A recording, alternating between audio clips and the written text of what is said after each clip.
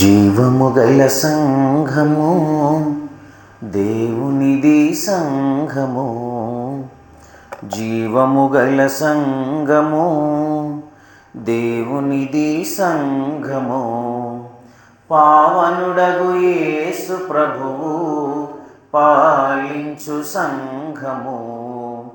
పావనుడగు యేసు ప్రభువు పాలించు సంఘము. జీవము గల సంఘము దేవునిది సంఘము.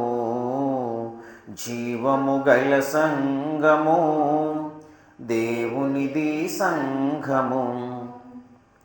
పరలోక రాజ్య మర్మపు ప్రత్యక్షత సంఘము. పాపిని పరిశుద్ధుని చేసే ప్రభు యేసు కృపాలయం. పరలోక రాజ్య మర్మపు ప్రత్యక్షత సంఘము. పాపిని పరిశుద్ధుని చేసే ప్రభు యేసు కృపాలయం. జీవము గల సంఘము దేవునిది సంఘము. జీవము గల సంఘము దేవునిది సంఘము. ప్రభువు తన స్వరక్తమిచ్చి కొన్నట్టి సంఘము. దేవుడే మనుషుల మధ్యన నివసించే కాపురం. ప్రభు తన స్వరక్తమిచ్చి కొన్నట్టి సంఘము. దేవుడే మనుషుల మధ్యన నివసించే కాపురం. జీవము గల సంఘము దేవునిది సంఘము. జీవము గల సంఘము దేవునిది సంఘము. లోకములో వేరుపడిన వారే సంఘము. లోకానికి రక్షణ మార్గం చూపు దీపస్తంభము. లోకములో వేరుపడిన వారే సంఘము. రక్షణ మార్గం చూపు దీపస్తంభము. జీవము గల సంఘము దేవునిది సంఘము. జీవము గల సంఘము దేవునిది సంఘము. చిన్న ప్రార్థన చేసుకుందాం. మమ్మను మిక్కిలిగా ప్రేమించిన మా ప్రియ పరలోకపు తండ్రి, మీరు ఇచ్చినటువంటి ఒక భాగ్యమును బట్టి స్తోత్రములు. ఇది నాన్న మేము నేర్చుకుంటున్నటువంటి తరగతుల్లో మీరు తోడుగా ఉండండి. సత్యవాక్యమును సరిగా విభజించి విడమర్చి నాయన మేము అర్థం చేసుకోవడానికి గాను తగిన ఉపదేశమును మీరు మాకు ఈ సమయంలో అనుగ్రహిస్తారని విశ్వసిస్తూ ప్రయాసతో భారంతో వచ్చినటువంటి నీ ప్రియులను బట్టి మీకు స్తోత్రాలు చెల్లిస్తూ నాకును నేర్చుకోవడానికి ఆసక్తి కనబరిచినటువంటి నీ ప్రియులకును మీరు తగు న్యాయమును మీ వాక్యములో మాకు అనుగ్రహించమని ప్రార్థిస్తూ దయగల తండ్రి ఈ సమయాన్ని మాకు దీవెనకరంగా మీకు మహిమకరంగా మలుచుకోవడానికి కృప చూపించమని యేసు పరిశుద్ధ నామమున ప్రార్థన అడుగుచున్నాను తండ్రి. ఆమెన్. గతంలో మీకు చెప్పినట్లుగా ఈరోజు క్రొత్త నిబంధనలో సంఘమును గురించినటువంటి సత్యాన్ని మనం నేర్చుకుంటున్నాం. గత వారం సంఘమును గురించినటువంటి సత్యము అనేటువంటి విషయాన్ని మనం నేర్చుకున్నాం.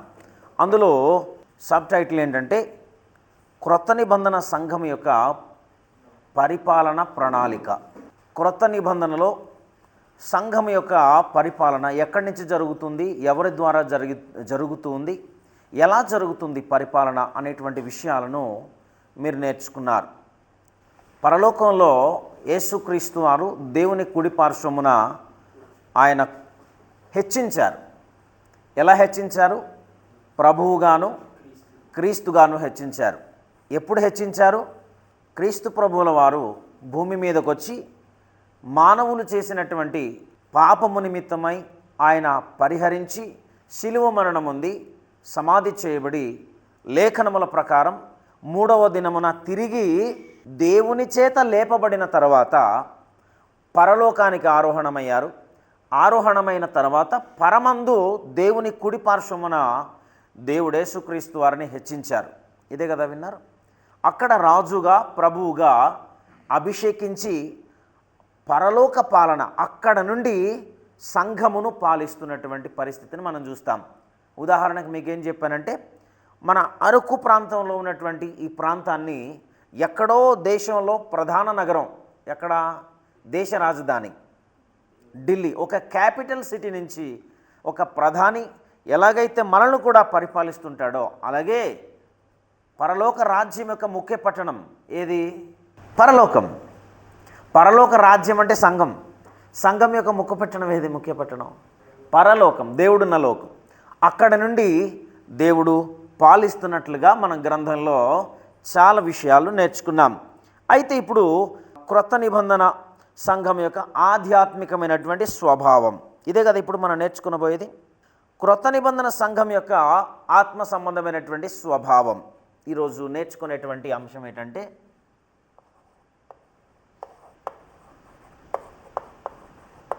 సంఘము అనగా క్రీస్తు యేసునందు పరిశుద్ధపరచబడిన వారై పరిశుద్ధులుగా జీవించటానికి పిలువబడిన వారే సంఘము.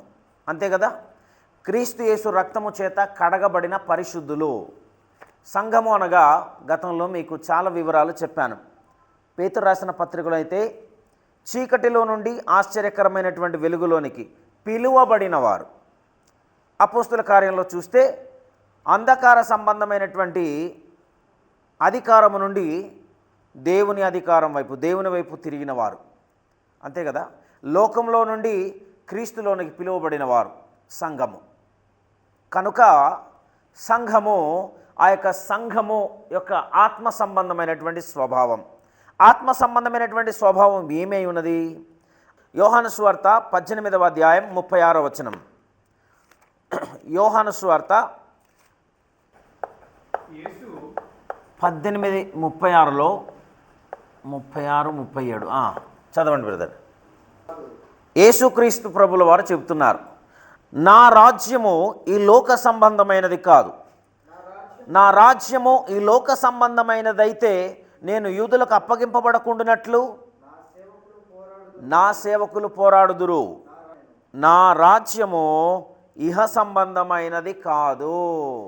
ఆత్మ సంబంధమైనటువంటి స్వభావం ఏంటి అనంటే, ఇది ఆత్మ సంబంధమైనటువంటి రాజ్యము. ఒకటి పాయింట్ నంబర్ 1.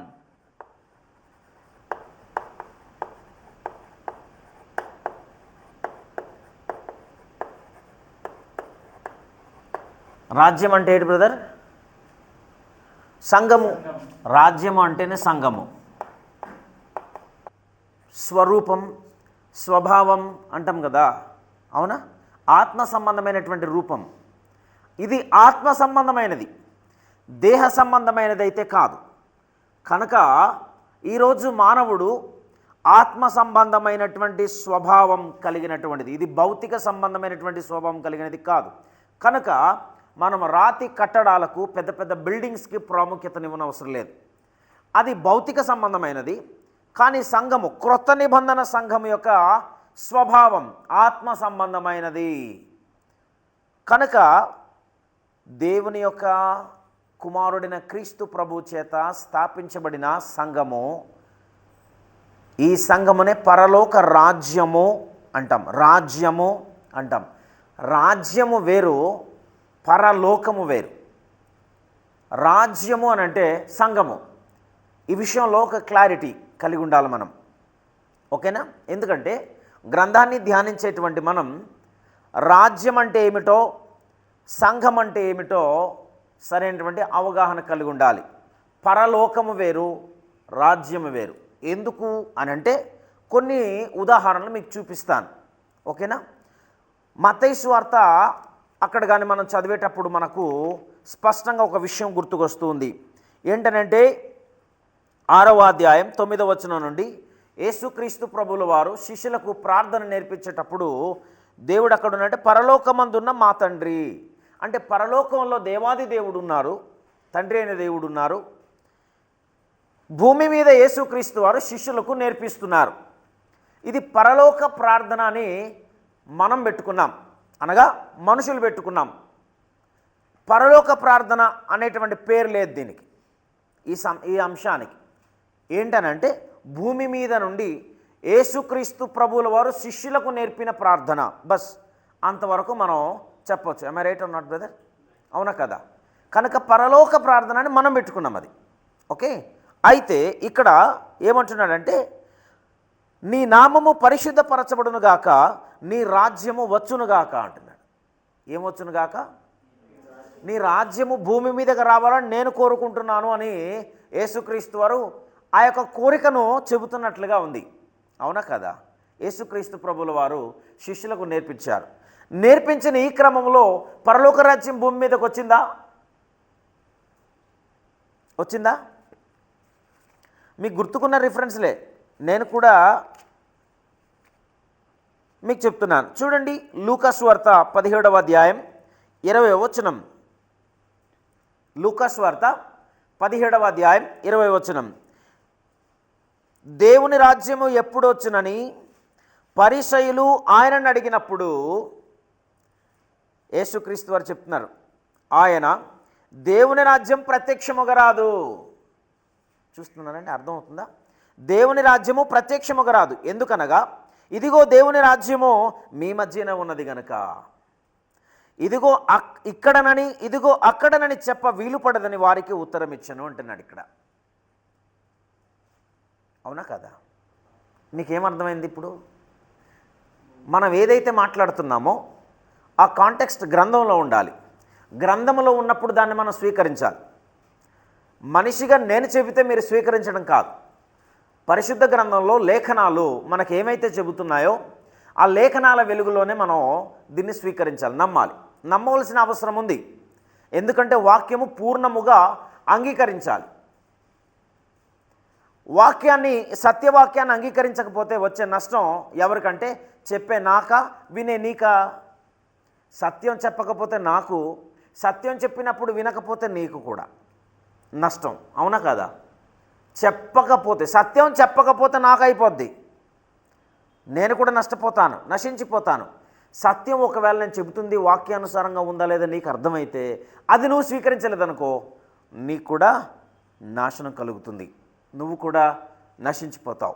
కనుక ఈ విషయాన్ని మనం క్లుప్తంగా ఆలోచించే ప్రయత్నం చేద్దాం. మీకు అర్థమవుతుందండి? మొట్టమొదటి యోహాను సువార్తలో ఈ రాజ్యము లోక సంబంధమైనది కాదు అని క్రీస్తు ప్రభు వారు అన్నారు. అయితే లోక సంబంధమైనది కానప్పుడు నీ రాజ్యం వచ్చుగాక అని ప్రార్థనలో క్రీస్తు ప్రభువుల వారు శిష్యులకు నేర్పించారు.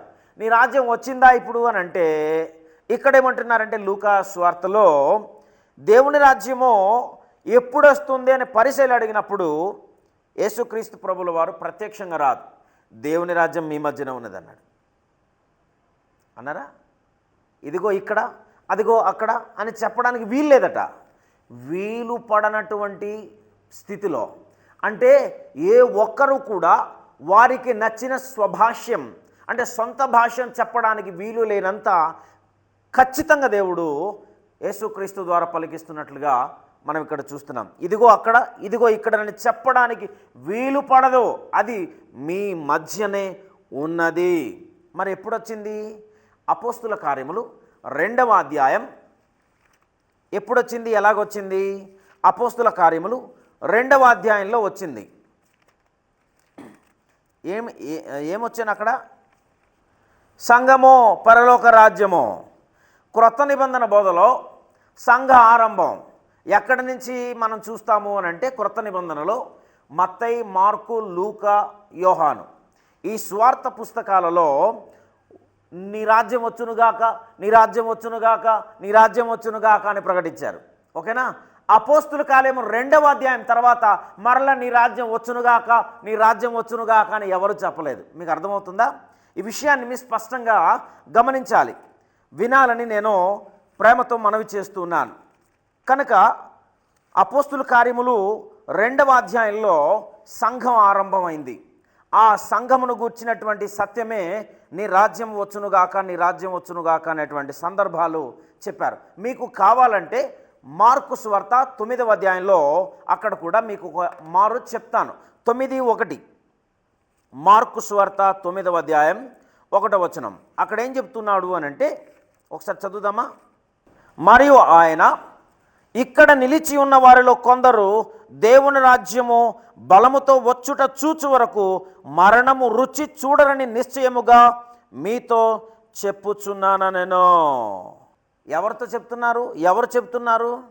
34వ వచనంలో చూస్తే తెలుస్తుంది. 8వ అధ్యాయం 34వ వచనంలో, అంతటా ఆయన అనగా యేసుక్రీస్తు వారు తన శిష్యులను జన సమూహమును తన యొద్దకు పిలిచి, ఎవరెవరితో చెప్తున్నారు?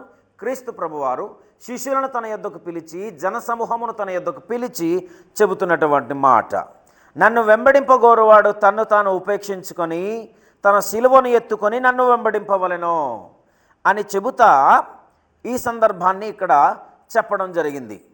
ఏంటి అని అంటే, మనుష్య కుమారుడు తన తండ్రి మహిమ గలవాడై పరిశుద్ధ దూతలతో కూడా వచ్చినప్పుడు సిగ్గుపడడని చెప్పెను. మరియు ఆయన ఇక్కడ నిలిచి ఉన్న వారిలో కొందరు దేవుని రాజ్యము బలముతో వచ్చుట చూచు వరకు మరణము రుచి చూడరని నిశ్చయముగా మీతో చెప్పుచున్నాను నేను. అంటే ఆయన శిష్యులతో మొదటి శతాబ్దంలో యేసుక్రీస్తు వారు మరణానికి ముందుగా చెబుతున్నటువంటి సందర్భం. దేనికి ముందుగా? క్రీస్తు ప్రభు వారు మరణానికి ముందుగా చెబుతున్న సందర్భం. ఇక్కడ ఏం చెప్తున్నారు? దేవుని రాజ్యము బలముతో వచ్చుట చూచు వరకు మీలో అందరూ అన్నాడా? కొందరు అన్నాడు. చూడండి, పేతురు చనిపోయారు, యాకోబు చనిపోయారు, ఇంకా చాలామంది అపోస్తులు చనిపోయారు. కానీ యేసుక్రీస్తు వారు చెప్పారు కదా, మీలో కొందరు దేవుని రాజ్యం బలముతో దిగి వచ్చుట చూచు వరకు మరణము రుచి చూడరు. ఇది ఎప్పుడు చెప్తున్నారు? మరణానికి ముందటి సంగతి, మరణం తర్వాత కాదు. క్రీస్తు ప్రభు వారు శిలువ మరణానికి ముందు చెబుతున్నటువంటి సందర్భం. ఈ సందర్భంలో కొన్ని సంగతులను మనం చూద్దాం. మత్తయి సువార్త 16:28. ఇక్కడ నిలిచి ఉన్న వారిలో కొందరు మనుష్య కుమారుడు తన రాజ్యముతో వచ్చుట చూచు వరకు మరణము రుచి చూడరని నిశ్చయముగా మీతో చెప్పుచున్నాను నేను. ఇక్కడ కూడా అదే సందర్భాన్ని మరలా మరణము రుచి చూడరని నిశ్చయముగా మీతో నేను చెప్పుచున్నాను అనెను. ఇప్పుడు దీనికి ఆన్సర్ చూద్దాం. కొలసీలకు రాసిన పత్రిక 1వ అధ్యాయం 13వ వచనం. కొలసీ ప్రకటన గ్రంథం చూస్తే చాలు, సమయం చాలా అయిపోతుంది. 1:13 ఆయన మనలను అంధకార సంబంధమైన అధికారములో నుండి విడుదల చేసి తాను ప్రేమించిన తన కుమారుని యొక్క రాజ్య నివాసులను గాను చేసిన. నీ రాజ్యం వచ్చునుగాక వచ్చునుగాక అని చెప్పే మనం ఇక్కడ ఏం చెప్తున్నానంటే, ఆయన తాను ప్రేమించిన తన కుమారుని యొక్క, యేసుక్రీస్తుని ప్రేమించారు దేవుడు. ప్రేమించబడినటువంటి యేసుక్రీస్తు యొక్క రాజ్య నివాసులను గాను చేస్తాను అన్నాడు కదా. అరే మీరు కరెక్ట్గా చూడలేదైతే. ఏమన్నారు అక్కడ? చేసెను. ఇదే సందర్భాన్ని చెవులార విని కనులార చూచిన ఒక వ్యక్తి ఇచ్చిన సాక్ష్యం కూడా చూద్దాం. చెవులారా యేసుక్రీస్తు వారు మరణానికి ముందు చెప్తున్న సందర్భంలో, ఇక్కడ నిలిచి ఉన్న వారిలో దేవుని రాజ్యం బలముతో వచ్చుట చూచు వరకు మీలో కొందరు మరణము రుచి చూడరన్నారు కదా. ఆ మరణము రుచి చూడకుండానే దేవుని రాజ్యంలో నేను కూడా పాలివాడను అని చెప్పుకున్నటువంటి ఒక వ్యక్తి సాక్ష్యాన్ని కూడా చూద్దాం. అది చూస్తే చాలు కదా, అవునా కాదా? బలపడుతుంది. ఒకసారి చూద్దాం. ప్రకటన గ్రంథం 1వ అధ్యాయం 7వ వచనం. మనలను ప్రేమించుచు తన రక్తము వలన మన పాపముల నుండి మనలను విడిపించిన వానికి మహిమయు ప్రభావమును యుగయుగములు కలుగునుగాక, ఆమెన్ అని చెప్పి ఆయన మనలను తన తండ్రియగు దేవునికి ఒక రాజ్యముగాను యాజకులను గాను చేశాను. 9 చదవండి ఇప్పుడు. మీ సహోదరుడను యేసును బట్టి కలుగు శ్రమలోను రాజ్యములోను సహనములోను పాలివాడనునైన నేను అంటున్నాడు. చూడండి, సహనములోను రాజ్యములోను పాలివాడనైన నేను, ఎవరట? యోహానను నేను అనే పేరును మెన్షన్ చేస్తూ చెబుతున్నాడు. చూడండి, ఆయన బలమైన సాక్ష్యం ఇస్తున్నాడు. మీకు అర్థమవుతుందా? ఇదే రాజ్యం, దేవుని రాజ్యం. ఒకవేళ మీకు ఇంకా ఏమైనా డౌట్ వచ్చి ఉంటుంది. ఏమన్నా వచ్చిందా డౌటు? ఇది రెండవ రాకడ గురించి చెప్తున్నాడండి, రాజ్యం గురించి కాదు అంటారా? చెబుతా చూడండి. ఇప్పుడు టక్కన నోరు మూసేసుకుంటాం అన్నమాట. అంత బలమైన ఆధారం గ్రంథం. ఈ గ్రంథం ముందు మనం ఏమాత్రం, నేనైతే నేనేమాత్రపు వాడిని కాదు. గ్రంథం ఎంత గొప్పదంటే అంత గొప్పది. ఇంతకు అంతం ఎప్పుడు వస్తుంది? ఇది రెండో రాకడ గురించి మాట్లాడుతున్నట్టుగా అనిపించింది కదా మీకు? ఏమన్నా అనిపించిందా? లేదా? అయితే మీరు మంచోళ్ళే, బైబిల్ ఏం చదవట్లేదని నాకు అర్థమవుతుంది. కొరింథీయులకు రాసినటువంటి మొదటి పత్రిక 15వ అధ్యాయం 24వ వచనం, 23 నుంచి చదువుదాం. ప్రతివాడును, తీసారా? కొరింథీయులకు రాసిన మొదటి పత్రిక 15వ అధ్యాయం 23 నుంచి, ప్రతివాడును తన వరుసలోనే బ్రతికింపబడును. ప్రథమ ఫలము క్రీస్తు, తర్వాత క్రీస్తు వచ్చినప్పుడు ఆయన వారు బ్రతికింపబడదురు. అలాగని చెప్పి అటు తర్వాత ఆయన సమస్తమైన ఆధిపత్యమును, సమస్తమైన అధికారమును, బలమును కొట్టివేసి తన తండ్రి అయిన దేవునికి రాజ్యమును అప్పగించును. అప్పుడు అంతము వచ్చును. మీలో ఎవరైనా ఇంకా డౌట్ ఉందా? ఈ రాజ్యం ఎవరికి అప్పగిస్తారు? సంఘము. అందుకని దేవునిదని పాట పాడాం మేము. దీనికి ఆధారం ఉంది. అనాది ప్రణాళికలో సంఘము ఎఫెసీ 1:4-6లో జగత్తు పునాది వేయబడక మునిపే దేవుని సంకల్పములో ఉన్నది. అది క్రీస్తు ద్వారా స్థాపితమైనది. మీకు అర్థమవుతుందా? రాజ్యాన్ని అప్పగించిన తర్వాత అంతం వస్తుందట. మీకు అర్థమైందా? ఇప్పుడు ఇంకా అర్థమలేదా?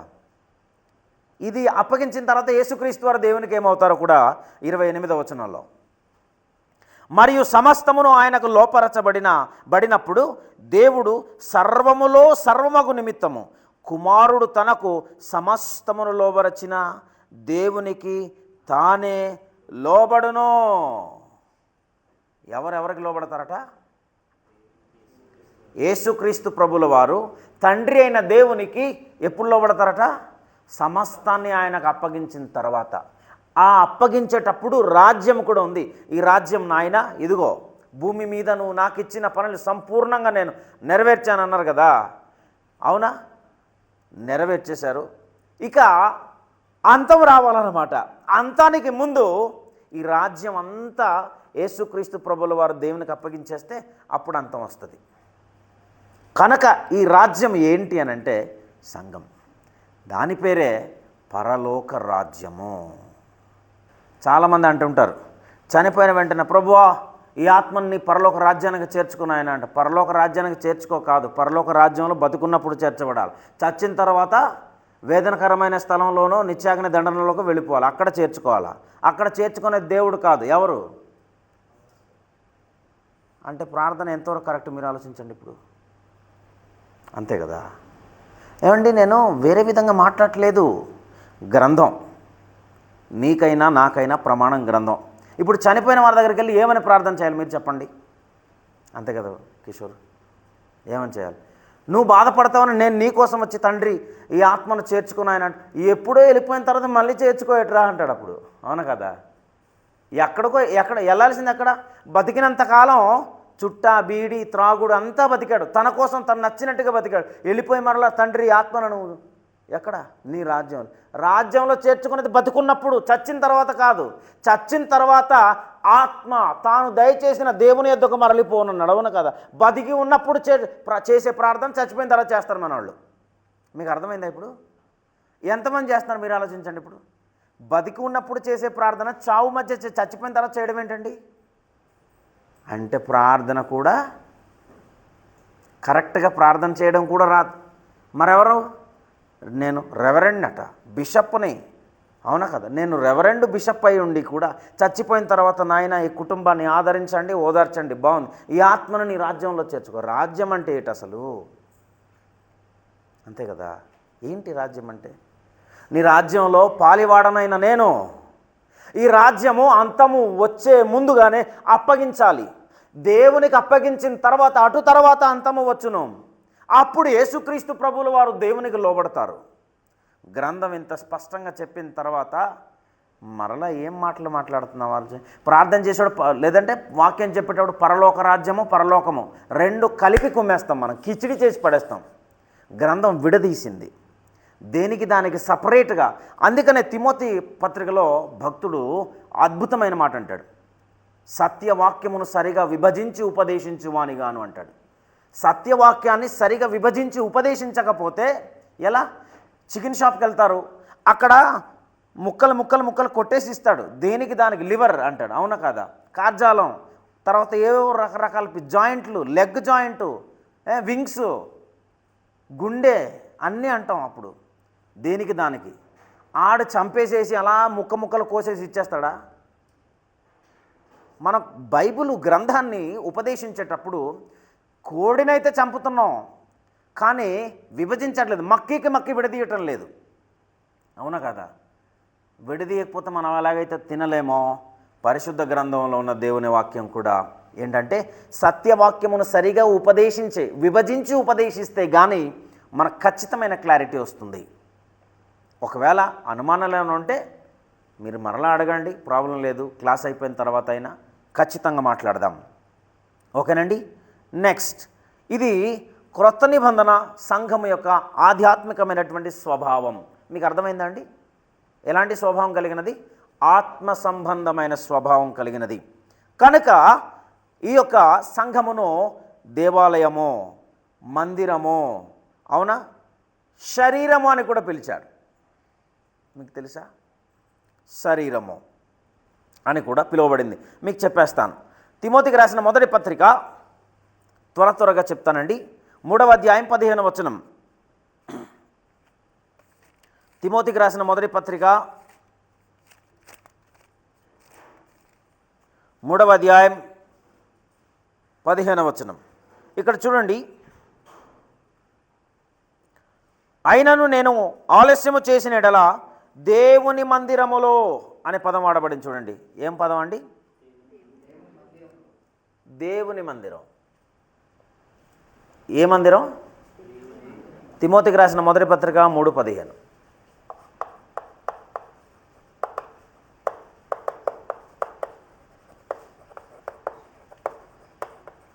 దేవుని మందిరము. తర్వాత ఇంకొక మాట కూడా చూద్దాం. చూసారా? జీవము గల దేవుని సంఘము.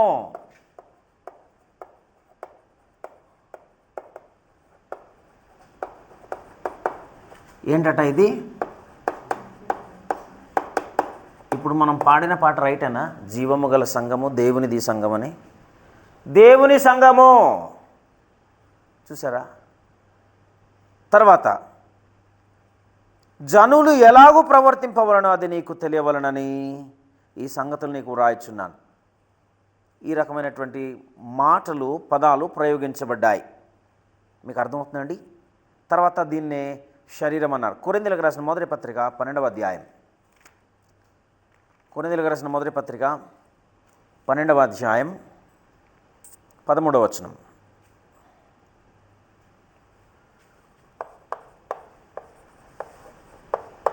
పన్నెండవ అధ్యాయం 13వ వచనం. ఇక్కడ మాత్రం మీరు జాగ్రత్త గమనించండి. ఏమిటి అని అంటే కొన్ని విషయాలు నేను చెప్పాలని అనుకుంటున్నాను. ఇంకా 45 నిమిషాలు ఉంది. రైట్. కొరింథీయులకు రాసిన మొదటి పత్రిక 12వ అధ్యాయం 13వ వచనం నుండి 12 నుంచి చదువుదాం. ఎలాగూ శరీరం ఏకమై ఉన్ననో అనేకమైన అవయవములు కలిగి ఉన్నదో, ఎలాగూ శరీరము యొక్క అవయవములన్నీ అనేకములై ఉన్ననో ఒక్క శరీరమైన ఉన్నవో అలాగే క్రీస్తు ఉన్నాడు అని చెప్తుంది. ఇక్కడ యేసుక్రీస్తు ఎలా ఉన్నారట? మనకు శరీరంలో అవయవాలు అన్నీ ఉన్నాయో, అన్ని అవయవాలు కలిసి ఒకే శరీరంలో ఎలాగున్నాయో యేసుక్రీస్తు కూడా అలాగే ఉన్నారని చెప్తుంది. మీకు అర్థమైందా? ఇప్పుడు మనకు ఒకే శరీరంలో ఇన్ని అవయవాలు ఎలాగున్నాయో యేసుక్రీస్తు కూడా ఎలా ఉన్నారంటే ఒక్క శరీరమై ఉన్నాడు. ఎలా? కింద ఎక్స్ప్లెనేషన్. ఎలాగనగా యూదులమైనను, చూసారు ఇక్కడ, గ్రీసు దేశస్థులమైనను, దాసులమైనను, స్వతంత్రులమైనను మనమందరము ఒక్క శరీరములోనికి అంటే ఒకే శరీరముగా ఉండుటకు ఒక్క ఆత్మ యందు బాప్తిస్మము పొందితిమి, మనమందరము ఒక్క ఆత్మను పానము చేసిన వారమైతిమి. శరీరం ఒక్కటే అవయవముగా ఉండక అనేకమైన అవయవములుగా ఉన్నది అని చెబుతా ఒక మంచి మాట ఇక్కడ వాడబడింది. మనం ఏమై ఉన్నామో ఆ సంగతులన్నీ కూడా గ్రంథం స్పష్టంగా చెప్తుంది. ఏమిటి అంటే 27, అటువలే మీరు క్రీస్తు యొక్క శరీరమై ఉండి వేరు అవయవములై ఉన్నారు. 27, ఇది వెరీ ఇంపార్టెంట్. మనమట ఏమై ఉన్నాము? క్రీస్తు శరీరమై ఉండి వేరే అవయవములై ఉన్నాము. మీ ఒకే ఒక శరీరంలో ఒకటి కుడి చెయ్య, ఒకటి ఎడమ చెయ్య, కుడి కాళ్ళు, ఎడమ కాళ్ళు, కుడి కన్ను, ఎడమ కన్ను, కుడి చెవి, ఎడమ చెవి, ముక్కు అని మనం ఎలాగైతే అవయవాలుగా పిలుస్తున్నామో యేసుక్రీస్తు వారు కూడా అటువలే మీరు క్రీస్తు యొక్క శరీరమై ఉండి వేరుగా అవయవములై ఉన్నారు. ఎఫెసీయులకు రాసిన పత్రిక 5:30.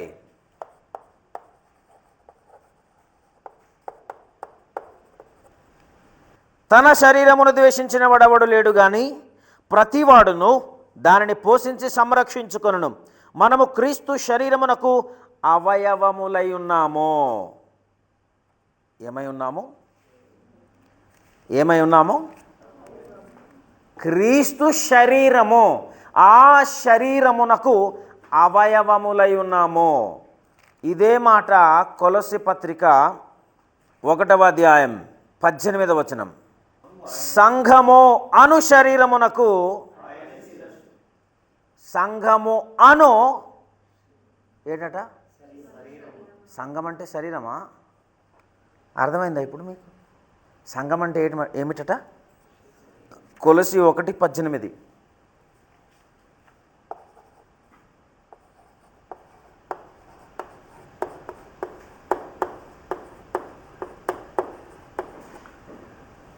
సంఘం, క్రొత్త నిబంధన సంఘం యొక్క ఆత్మ సంబంధమైన స్వభావం ఏమిటంటే ఇదిగోండి, శరీరము ఈజ్ టు సంఘము. ఏం శరీరము? ఇప్పుడు వరకు చెప్పుకుని వస్తున్నాను కదా. మనము క్రీస్తు శరీరమై ఉండి వేరు అవయవములై ఉన్నాము. ఇక్కడ చూసారు కదా, అవునా కాదా? మనము క్రీస్తు శరీరం,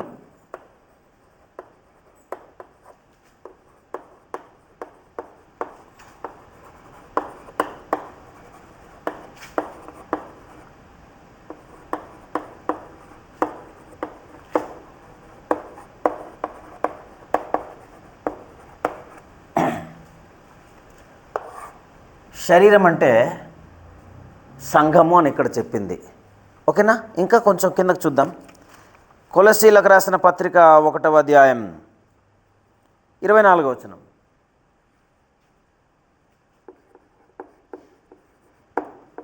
1వ అధ్యాయం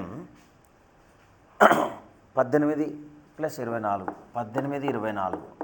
ఇక్కడ ఏం చెప్తుంది అని అంటే చూడండి, ఇప్పుడు మీ కొరకు నేను అనుభవించుచున్న శ్రమల యందు సంతోషించుచు. ఎవరు చెప్తున్నారు ఈ మాట?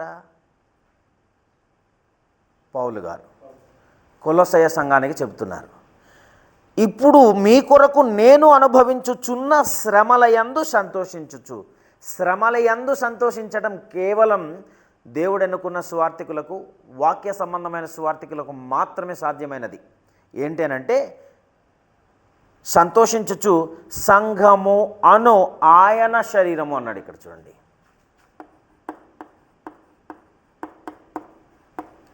సంఘము అను క్రీస్తు శరీరం. ఇది ఆయన అంటే అంతేనా కాదా?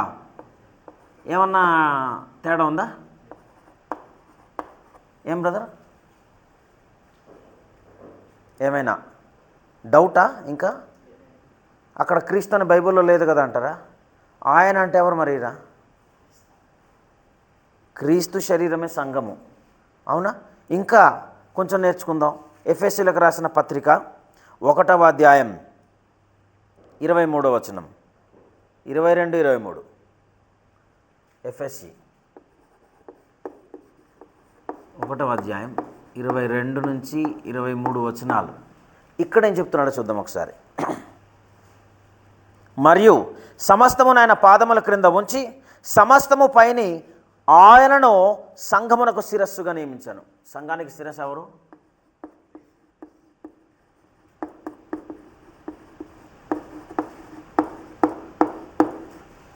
సంఘానికి శిరస్సు క్రీస్తే, అవును కదా? ఆ కింద ఒక మాట చదవండి. ఆ సంఘము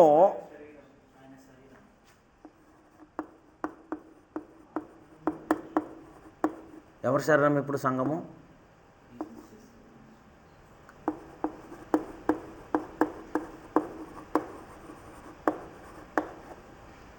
మీకు క్లారిటీ వచ్చింది అనుకుంటా. క్రొత్త నిబంధన సంఘం యొక్క ఆత్మ సంబంధమైన స్వభావం యేసుక్రీస్తు శరీరం. ఇది ఆన్సర్. పాత నిబంధన సంఘం యొక్క స్వభావం చెప్పగలమా? ప్రత్యక్ష గుడారం. మీకు అర్థమైందా? అమ్మా, పాత నిబంధన సంఘం యొక్క స్వరూపం ఏంటంటే, స్వభావం ఏంటంటే భౌతిక సంబంధమైనది. అవునా కాదా? అది భౌతిక సంబంధమైనది. అది ప్రత్యక్ష గుడారం. ప్రత్యక్ష గుడారంలో ఏమేమి ఉంటాయి బ్రదర్? ప్రాముఖ్యమైనవి పరిశుద్ధ ఆవరణము, స్థలాలు, పరిశుద్ధ స్థలము, అతి పరిశుద్ధ స్థలము.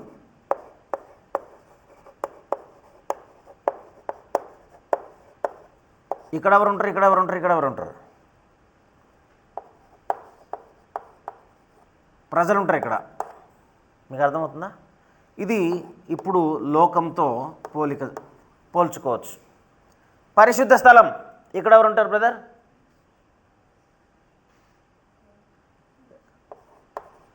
యాజకులు, ఇంకా ఇశ్రాయేలు ప్రజలు. అవునా కాదా? ఎవరైతే బలి అర్పించడానికి వస్తారో, ఎవరైతే పాప క్షమాపణ పొందడానికి వస్తారో, అంతే కదా సార్? మీరు ఎలాగో లిటరేచర్ చేస్తున్నారు కదా, మాస్టర్ ఇన్ థియాలజీ, బైబిల్లో మంచి డిగ్రీ చేస్తున్నారు సహోదరులు పాల్ గారు. ఇంకేముంటాయి బ్రదర్ ఇక్కడ? ఎవరెవరు ఉంటారు అంటే, నేను ఏమేమి ఉంటాయని చెప్పట్లా, ఎవరెవరు ఉంటారని చెప్తున్నా. అదే ఇక్కడ అన్నీ ఉండరు, ఇక్కడ కూడా ఉండరు. ఇక్కడ ఎవరు ఉండడానికి లేదు, దేవుని ప్రజలే ఉంటారు ఇక్కడ. పాప పరిహారం కోసం వచ్చేటువంటి వారు ఉంటారు ఇక్కడ, అంటే పరిశుద్ధులు ఉంటారు. అవునా కాదా? ఇక్కడ ఎవరు ఉంటారు బ్రదర్? అతి పరిశుద్ధ స్థలంలో యాజకులు ఉండరా? ఉండరా? నెవర్. ప్రధాన యాజకులే ఉంటారు ఇక్కడ. అది కూడా ఎప్పుడు పడితే అప్పుడు ఉండడానికి లేదు ఇక్కడ. సంవత్సరానికి ఒకేసారి వెళ్ళాలి ఇక్కడ ప్రధాన యాజకుడు. ఇది పాత నిబంధన సంఘం యొక్క స్వభావం. మీకు అర్థమవుతుందా? ఇక్కడ కానీ అపరిశుద్ధుడైనటువంటి యాజకుడు ఎవరైనా వెళితే అతను చనిపోతాడు. ఆ శవాన్ని ఎత్తడానికి కూడా ఎవరు వెళ్ళకూడదు. అందుకనే ఒక పెద్ద తాడు నడుముకు కట్టి బయట ఆవరణం దాకా, ఇదిగోండి ఈ పరిశుద్ధ స్థలం ఆవరణం దాకా కట్టి ఉంచుతారు నడుముకి. వెళ్ళి గంటలవుతున్నా ఇంకా రాలేదంటే చనిపోయారేమో అని చెప్పి తాడు పట్టుకొని మనం బావిలో నీళ్లు చేదుకుంటాం కదా, ఒక చిన్న బకెట్లో చేదుకుంటాం నీళ్లు, అలా లాక్కొని ఆ శవాన్ని తీసుకెళ్ళి పడేయటమే. ఇది పాత నిబంధన సంఘం యొక్క స్వభావం. క్రొత్త నిబంధన సంఘం యొక్క స్వభావం ఇది. ఇదెక్కడ మీరు ఆలోచించండి. ఇప్పుడు మీకేమైనా అర్థమవుతుందా? ఇప్పుడు పరిస్థితి ఏంటంటే, నేరుగా దేవుడు ఏం చేశాడంటే క్రీస్తు శరీరంలో తీసుకెళ్ళి నిన్ను పెట్టాడు. మీకు అర్థమవుతుందా? క్రీస్తు శరీరం ఎంత పరిశుద్ధమైన దేహమో తెలుసా? అంత పరిశుద్ధుడైన క్రీస్తు దేహంలో పాప పంకిలమైనటువంటి మానవుడు ఒక అవయవంగా పిలువబట్టం సిగ్గుచేటు కాదా? మీరు ఆలోచించండి ఇప్పుడు. అవునా? క్రీస్తు శరీరం. ఇప్పుడు నీ చెయ్యి ఉందనుకో, నీ దేహంలోని అవయవాలు ఏదైనా పని చేయటం లేదు, ఈ చెయ్యి పని చేయట్లేదు అంటే దాన్ని ఏమంటారు? చెయ్యి చచ్చిపోయింది. దాన్నే ఇంగ్లీష్ భాషలో చెప్పండి.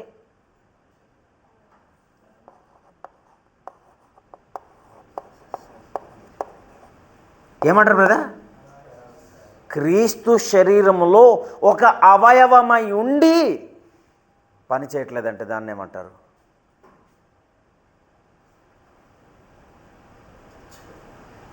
అంటే బతుకున్నామా చచ్చిపోయామా? ప్రకటన గ్రంథంలో చెప్తారు కదా, దానికి రిఫరెన్స్ అదనమాట. ఏంటి ఒకసారి చూద్దామా? 3వ అధ్యాయం 1వ వచనం. దీన్నే బైబిల్ భాష ఎలా మాట్లాడిందనంటే, ప్రకటన గ్రంథం 3:1, జీవించుచున్నావన్న పేరు మాత్రం ఉన్నది కానీ నీవు మృతుడవే. అంటే ఏ రకమైనటువంటి మృతి చెందినవాడు? ఈ అవయవం ఏ రకమైన మృతి చెందినది? ఆత్మ సంబంధంగా మృతి చెందినది. మీకు అర్థమైందా?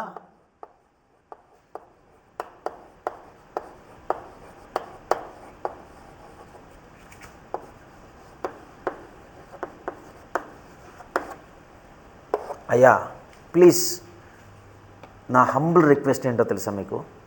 బైబిలు తరగతులు నేర్చుకోవడానికి వస్తున్నారు కదా, మీరు మాత్రం ఒక్క విషయాన్ని మాత్రం నేర్చుకోవాలి.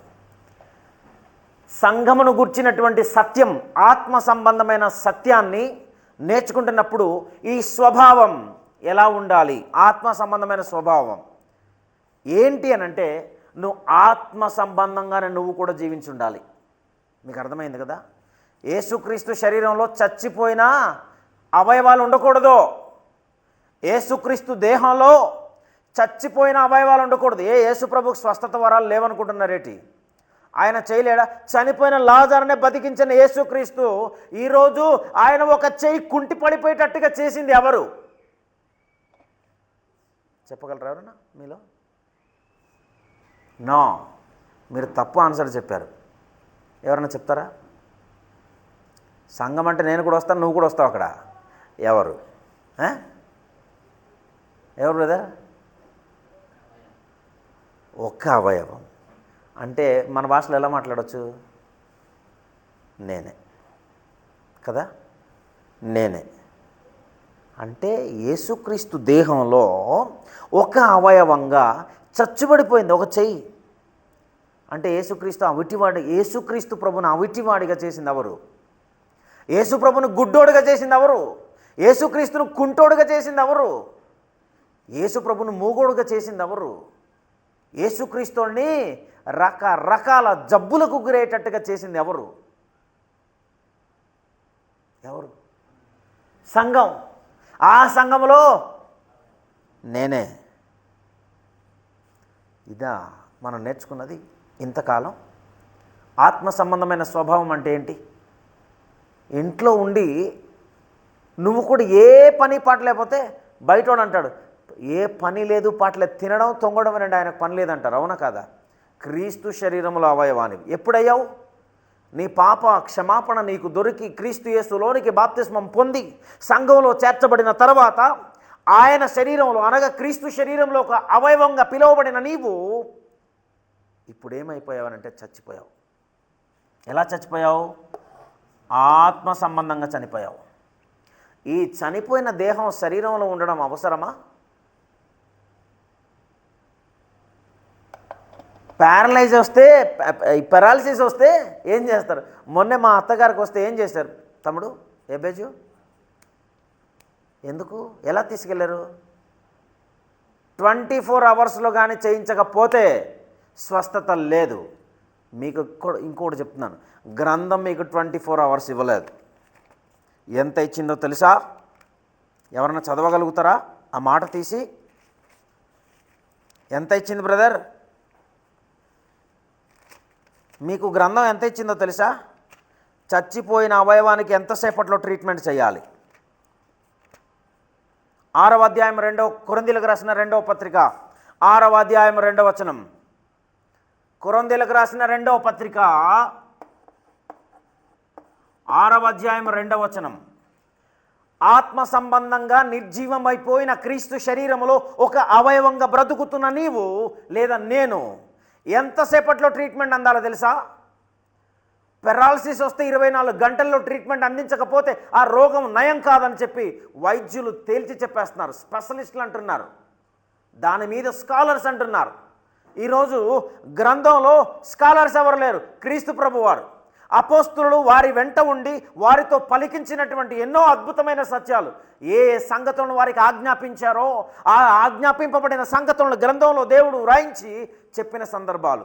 యేసుక్రీస్తు శరీరంలో ఒక అవయవముగా ఉండి నిర్జీవంగా నీవు నీ కోసమే ఆలోచిస్తూ క్రీస్తు కార్యములను ఆలోచించకుండా జీవించుచున్న నీవు మృతుడవే. కానీ జీవించేవాడవు కానప్పుడు నీకెంతసేపట్లో ట్రీట్మెంట్ అందాలి?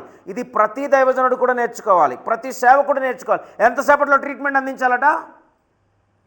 అనుకూల సమయమందు నీ మొరనే ఆలకించితిని. ఏ సమయం? అనుకూలమైన సమయం ఏది? కింద చదవండి, చెప్తాడు. ఇక రక్షణ దినమందు నిన్నాదు. ఇదిగో అనుకూలమైన సమయం ఏంటంటే రక్షణ దినం. నువ్వు రక్షణ పొందే సమయమే అనుకూలమైన సమయం. నీ జీవితంలో దేవుడిచ్చినటువంటి సమయం ఏ సమయం అట? రక్షణ పొందే సమయం. ఎలాంటి సందర్భంలో రక్షణ పొందుతాడు ఒక మానవుడు? చాలామంది అంటుంటారు, నాకు యాక్సిడెంట్ అయ్యి కాళ్ళు ఇరిగిపోయిన తర్వాత నేను హాస్పిటల్ బెడ్లో ఉన్నప్పుడు దేవుడు నాతో మాట్లాడాడు, నా సేవకు వస్తావా బిడ్డ అని పిలుస్తాడు. అది రక్షణ సమయం అట అతనికి. అవునా కాదా? ఏదైనా శోధన చేత విలవిలలాడిపోతున్నప్పుడు రక్షణ సమయమా? ఏదైనా ఆపద చేత నలిగిపోతున్నప్పుడు రక్షణ సమయమా? అంటే మన యొక్క శరీర సంబంధమైనటువంటి ప్రమాదంలో చిక్కుకున్న తర్వాత ఈ ప్రాణాన్ని రక్షించుకుందాం, నేను చనిపోకుండా కాపాడబడదాం అనేది రక్షణ సమయమా? కానే కాదు. రక్షణ సమయం అంటే భౌతిక సంబంధమైనటువంటి దేహం ఆపదలోకి వెళ్ళి ప్రాణంతో కొట్టిమిట్టాడుతున్నప్పుడు కాదు రక్షణ సమయం అంటే. రక్షణ అంటే ఏంటో తెలుసా? గ్రంథం ఇచ్చిన డెఫినిషన్.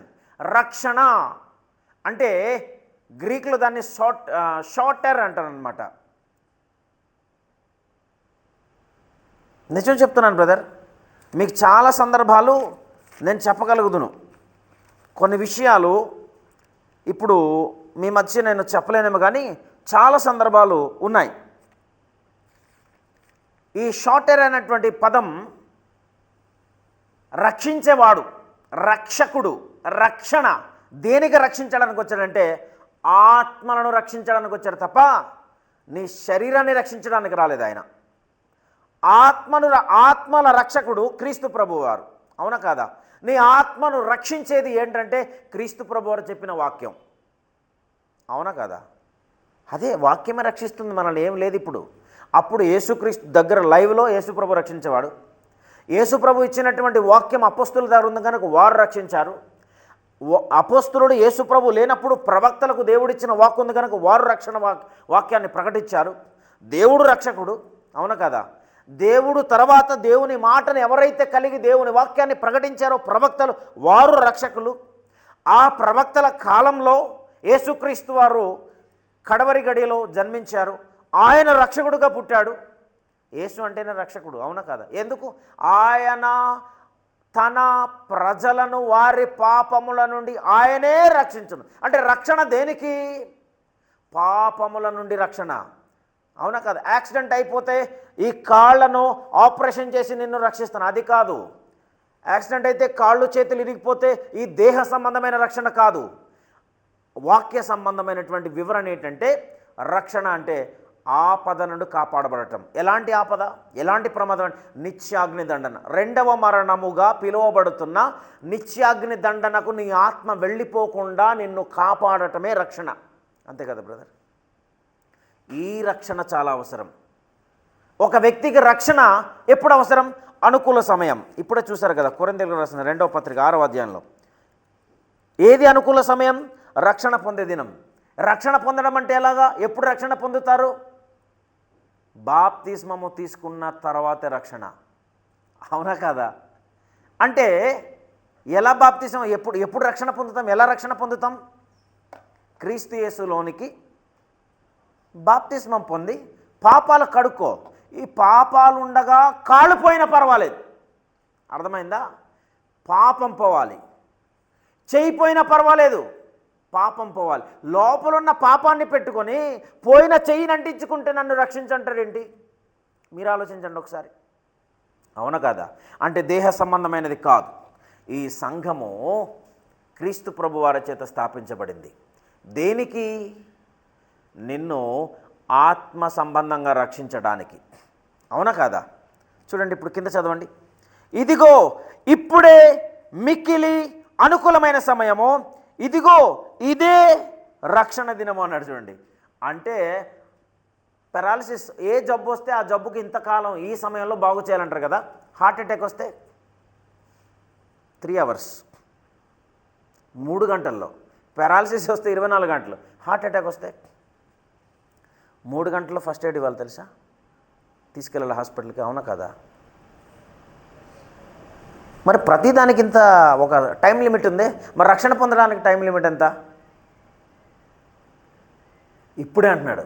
అంటే ఇప్పుడే. ఉదాహరణకు మీకు మరొకసారి చెప్తాను, జాగ్రత్త వినండి. మా ఊర్లో అల్యూమినియం పాత్రలు తయారు చేసేవారు వచ్చారు ఒకరోజు. నాకు చాలా ఇష్టం అది చెప్పడం.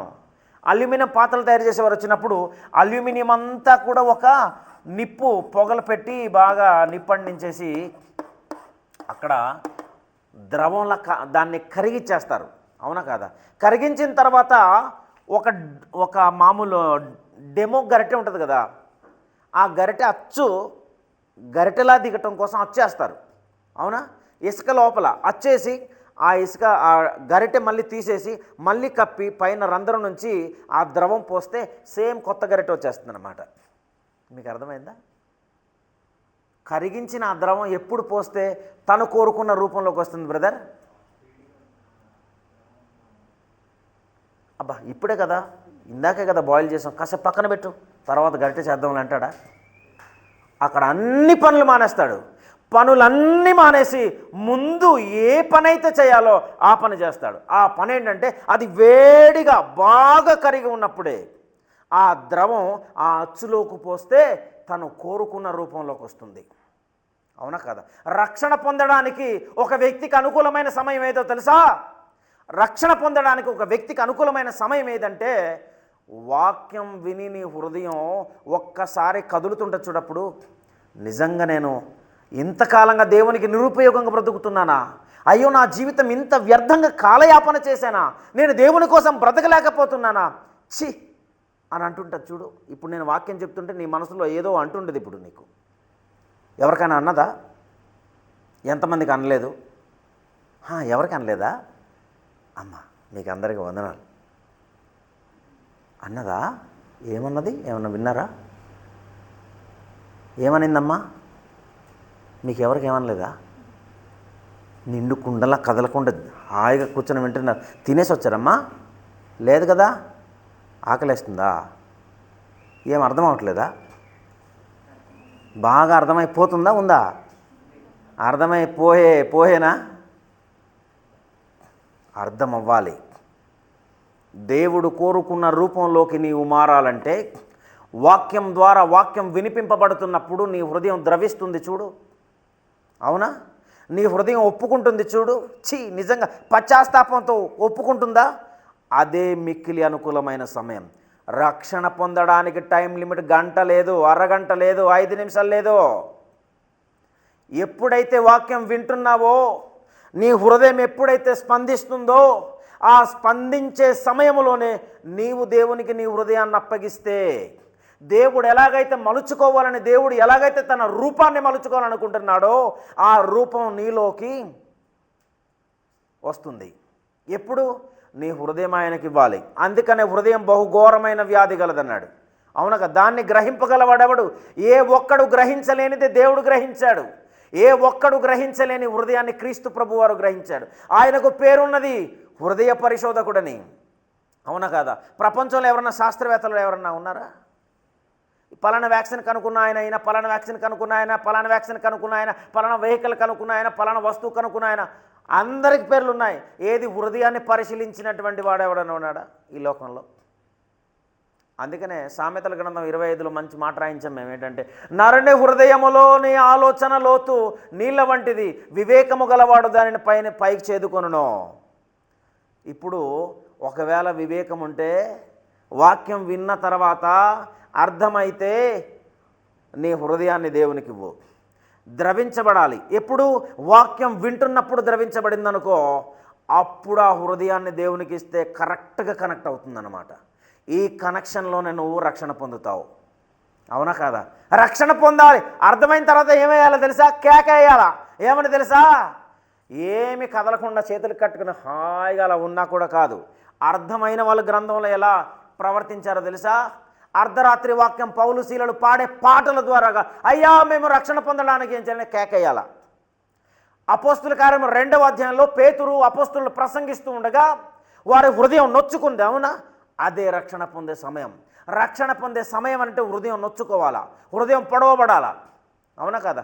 బుల్లెంట లాంటి దేవుని వాక్యం దూసుకొస్తూ నీ గుండెల్ని చీలుస్తున్నప్పుడు, అది బద్దలవుతున్నప్పుడు నీ హృదయాన్ని దేవునికి అప్పగించగలిగితే అప్పుడు నువ్వు కేకేస్తావు. ఏమన్నా తెలుసా? బ్రదర్ నేను రక్షణ పొందడానికి ఏం చేయాలి బ్రదర్ అంటావు. కానీ ఏ స్పర్శ లేదు, అవునా, ఏ శబ్దం లేదు, ఏ ఆలోచన లేదు. బెల్లం ముద్దలా అలాగే కూర్చొని నువ్వు అలాగే చెప్పు, నా పని నాదే నీ పని నీదే అని అనుకుంటే రక్షణ అలాంటి వారికి అవసరం లేదు. మీకు అర్థమవుతుందా? అది క్రొత్త నిబంధన సంఘం యొక్క ఆత్మ సంబంధమైనటువంటి స్వభావం. అంటే క్రీస్తు శరీరంలో అవయవానివి నీవు. ఈ అవయవం బాగుపడటానికి సమయం ఎంత? ఇదిగో ఇప్పుడే అంటాడు. ఇప్పుడే మిక్కిలి అనుకూలమైన సమయం, రక్షణ దినం. అంటే ఆత్మ సంబంధంగా మరణించినటువంటి వ్యక్తికి ఎప్పుడైతే దేవుని వాక్యం అందుతుందో అప్పుడే రక్షణ పొందాలి, అప్పుడే హృదయం ద్రవించాలి, అప్పుడే ఆ హృదయాన్ని దేవునికి ఇవ్వాలి.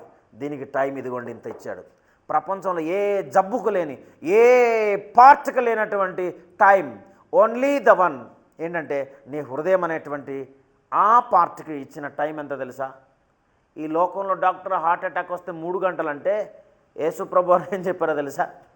రక్షణ పొందడానికి, నీ ఆత్మ రక్షణ పొందడానికి 1 సెకండ్, 1 మినిట్ లేదంటే 1 సెకండ్. ఆ సెకండ్లో ఏ మాట చేతనైతే పట్టబడ్డామో ఆ మాట వలన హృదయం పొడవబడితే వెంటనే హృదయం క్రీస్తు ప్రభుకు అప్పగించాలి. ఎందుకంటే చచ్చిపోయింది. ఎందుకంటే ఎప్పుడు చచ్చిపోతామో తెలుసా? మనం ఈరోజు రాత్రికి కానీ ఒకవేళ వెళ్ళిపోతే అలాగే ఉంటావా? ఒక సహోదరుడు వెస్ట్ గోదావరిలో, అతను బతికున్నప్పుడు భారీ మీటింగ్లు, లక్షల రూపాయలు ఇచ్చి మీటింగ్లు పెట్టాడు, కానీ బాప్టిజం తీసుకోలేదట. ఒకరోజు భయంకరమైన రోగం చేత ఐసీయూలోకి వెళ్ళారు. కొడుకు చాలా ఏడుస్తూ దైవజనుడికి ఫోన్ చేశాడు. ఏమనంటే, అన్నా మా నాన్న బ్రతికున్నప్పుడు చాలా పనులు చేశారన్నా, లక్షలాది రూపాయలు దేవుని కోసం ఖర్చు పెట్టాడు, మీటింగ్లు చేయించాడు, సువార్తలు ప్రకటించాడు, కానీ అతను బాప్తిజం తీసుకోలేదు. ఇప్పుడు ఏమైంది తంబి అన్నప్పుడు, ఐసీయూలో ఉన్నాడన్న, చావు బతుకులో కోమలో ఉన్నాడు. ఇప్పుడు వెళ్ళి తీసుకెళ్ళాలా బాప్తిజం ఇస్తారు? చచ్చిన శవానికి బాప్తిజం ఇవ్వచ్చా? కానీ గ్రంథంలో చనిపోయిన వారు ఇప్పుడు మా నాన్న చనిపోయారు అనుకోండి, మా నాన్న కోసం నేను బాప్తిజం తీసుకోను. అలాంటి ప్రబుద్ధులు కూడా గ్రంథంలో ఉన్నారు, కొరింథీ పుస్తకాల్లో చెప్పబడ్డాయి. అలాంటి బాప్తిస్మాలు ఇప్పుడు చల్లవు. చచ్చిపోయిన మనకు బాప్తిస్మాలు అవసరం లేదు. నేరుగా మన కోసం సింహాసనాలు లేవు అక్కడ. ఏమున్నాయి అక్కడ? అగ్ని గంధకాలు, అవి పిలుస్తున్నాయి చంద్రముఖిలాగా. అక్కడ కానీ వెళ్ళిపోయామనుకోండి ఇంకా అంతే సంగతులు. కనుక బ్రతుకున్నప్పుడు మారాలి. నిజం చెప్తున్నాను. సంఘం అంటే ఏమిటనుకుంటున్నారు? పాతాళలోక ద్వారములు దాని ఎదుట నిలువనేరవు అన్నాడా? మత్తయి సువార్త 16:18లో పాతాళలోక ద్వారములు అంటే పాతాళం నుండి ఇక్కడ ఎవరన్నా రిమోట్ కంట్రోల్ చేసి లంచం ఇచ్చి అరే మా వాడిని ఇక్కడ కాదు అక్కడ అనన్నా కుదరదో. అవునా కాదా? అక్కడ అధికారం ఇక్కడ చల్లదో. ఇక్కడ గవర్నమెంట్ ఎక్కడి నుంచి నడిపించబడుతుంది? ఎక్కడి నుండి? పరలోకము నుండి, అక్కడి నుంచి సిస్టమ్ అంతా ఆపరేట్ అవుతుంది. ఇక్కడ ఎవరిని ఉంచాలా, ఎవరిని తీసేయాలా, అవునా కదా? అక్కడి నుంచి ఆపరేట్ చేస్తున్నారు ఎవరు? శిరస్సు, హెడ్ మాస్టర్ అంట, అవునా కదా? Master, Jesus Christ is the master in his church, అవునా కదా? ఆయన సంఘములో ఆయన మాస్టర్. అందుకని ఓ లార్డ్, లార్డ్, ప్రభువా అంటే అర్థం ఏమిటి మరి? ప్రభువా అంటే మాస్టర్ అని అర్థం, అవునా కదా? నామము, అథారిటీ అని అర్థం గ్రీకులో దాన్ని ట్రాన్స్లేట్ చేస్తుంటే. అందుకనే ఏ నామమున నీకు పాపక్షమాపణ లేదు. ఎవరి నామాన్నా? యేసుక్రీస్తు నామముననే. బాప్తిస్మం ఆయన నామముననే, అవునా కదా? పాపక్షమాపణ ఆయన నామముననే, అంటే ఆయన అధికారముననే. ఆయన ఒక్కసారి సీల్ వేశారు సంఘానికి, నాదని. ఆయన సంఘం అక్కడ నుండి ఆపరేట్ అవుతుంది. ఇక్కడ నాకు లంచం ఇచ్చినంత మాత్రాన నేను తీసుకుంటే నేనైపోతాను, నువ్వు ఇక్కడ మెలగలేవు లంచం తీసుకున్నంత మాత్రాన. ఇక్కడ ఒకవేళ నన్ను బట్టి నువ్వు ఓకే నో ప్రాబ్లం మనోడే కదా అని చెప్పేసి నువ్వు ఇష్టం వచ్చినట్టు ఉన్నా కూడా అక్కడి నుంచి ఆపరేట్ చేస్తున్నాడు. మీకు అర్థమవుతుందా? ఇక్కడ ఎలా ఉన్నా చెల్లిపోద్ది నాకు, ఈ లోకంలో 60-70 ఏళ్ళు బ్రతుకున్నంత కాలం నాకు నచ్చినట్టుగా నేను ఉండొచ్చు, కుదరదు. ఇది పరలోక రాజ్యం, అవునా కదా? పరలోకానికి వెళ్ళే పరలోక రాజ్యం యేసు ప్రభువే. ఇది ఆయన వచ్చిన తర్వాత ఈ రాజ్యాన్ని దేవునికి అప్పగించి యేసు ప్రభు వారే దేవునికి లోబడతారు. అలాంటి రాజ్యం, ఆత్మ సంబంధమైన రాజ్యం. ఇది సంఘము యొక్క ఆత్మ సంబంధమైనటువంటి స్వభావం. అంటే నువ్వు ఒక క్రీస్తు శరీరంలో అవయవం, అవునా కదా? ఒకవేళ చచ్చుబడిపోయి ఉంటే వెంటనే బాగుపడాలి, ట్రీట్మెంట్ వెంటనే అందించాలి. నీ పిల్లలకి జలుబు చేస్తేనే ఉండవే ఇంట్లో, ఈరోజు చూద్దాం అంటావు, రేపటికి ఉంటావా? పరుగో ఎక్కడ? హాస్పిటల్కి పరిగెడతావు. నీ శరీరానికి పట్టిన జబ్బు నయం చేసుకోవడం నీకు తెలుసు కదా?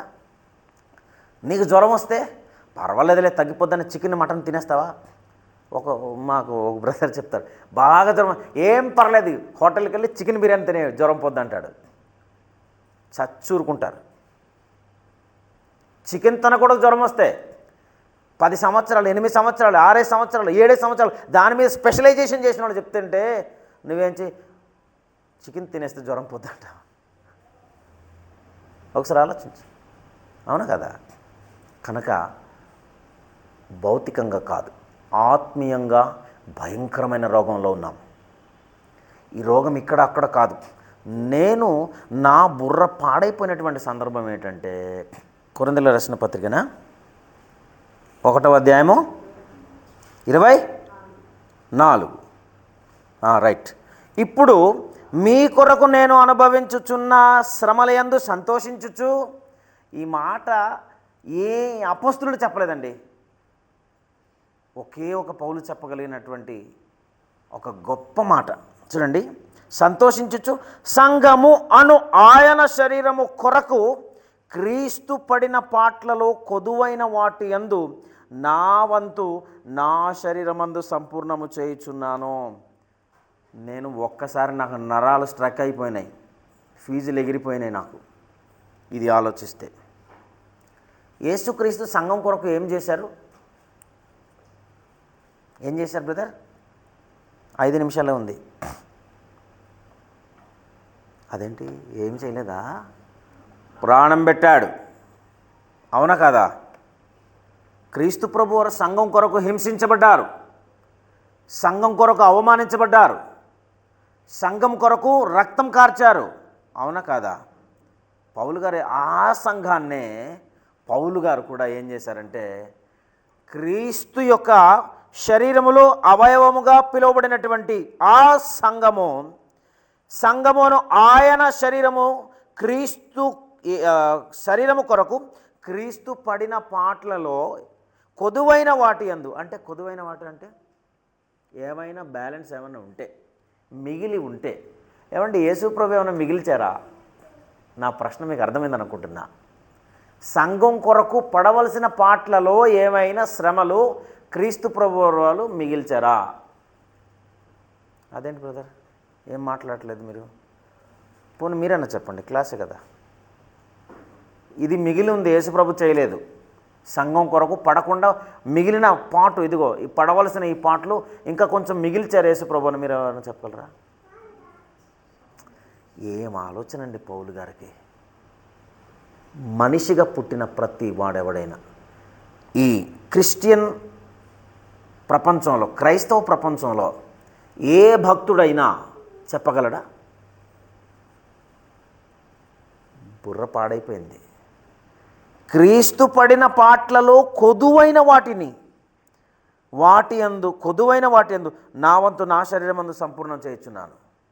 ఈ కసి జీలు ఎవరిలోనైతే ఉంటుందో వారే పరలోకానికి వెళ్ళేది. ఇప్పుడు యేసుక్రీస్తు పడిన పాటలో ఎక్కడైతే కొదువు ఉందో, అంటే సంఘములో ఏదైతే కొదువు ఉందో అని ఆలోచించేవారు ఎవరన్నా ఉన్నారా?